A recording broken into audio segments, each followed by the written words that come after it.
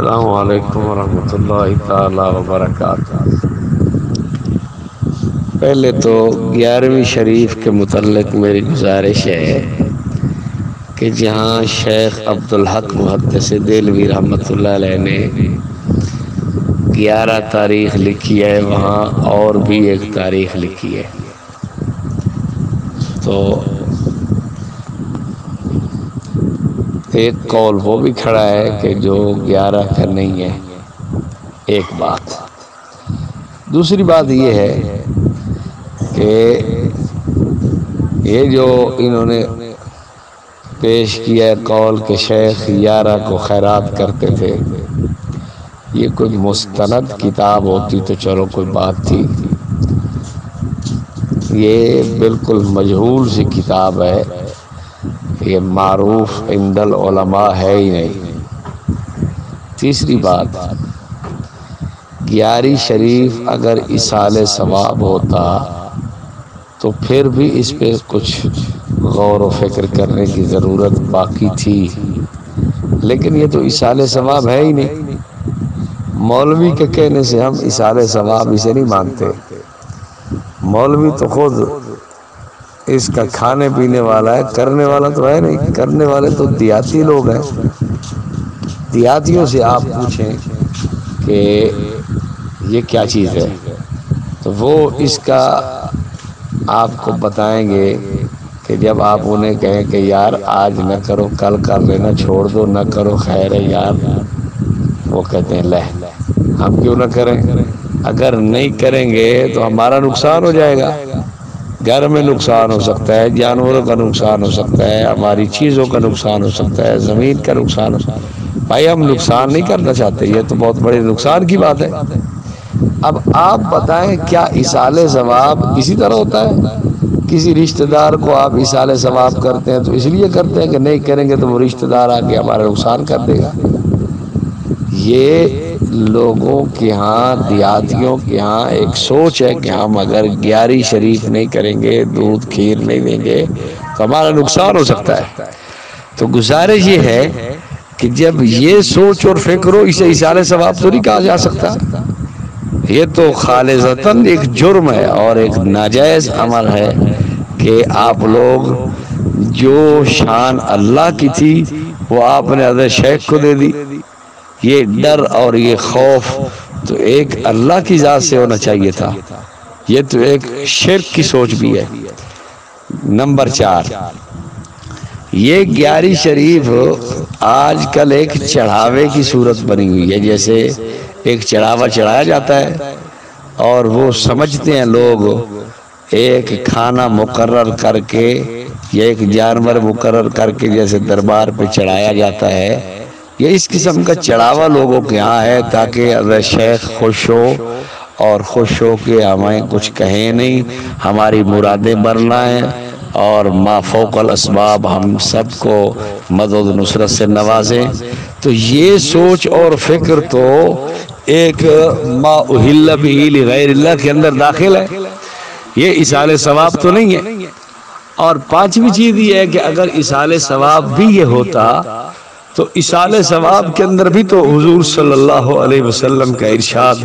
ذہن میں رکھنا چاہیے نا، لا تختصوا لیلۃ الجمعۃ بقیام من بین اللیالی ولا تختصوا یوم الجمعۃ بصیام من بین الایام۔ تو یہ تو سرکار فرماتے ہیں کہ عبادت کے لیے کوئی دن متعین نہ کرو، تو آپ 11 تاریخ کو اتنا متعین کر چکے کہ کبھی آگے پیچھے کرنے کا تصور ہی نہیں ہے، تو یہ متعین تو کرنا آپ کا شریعت کے ساتھ ایک بہت بڑی جسارت کرنے والی بات ہے۔ تو اصالِ ثواب کا یہ ایک طرز ہی غلط ہے۔ اور 6ٹھی بات یہ ہے کہ اصالِ ثواب کے لیے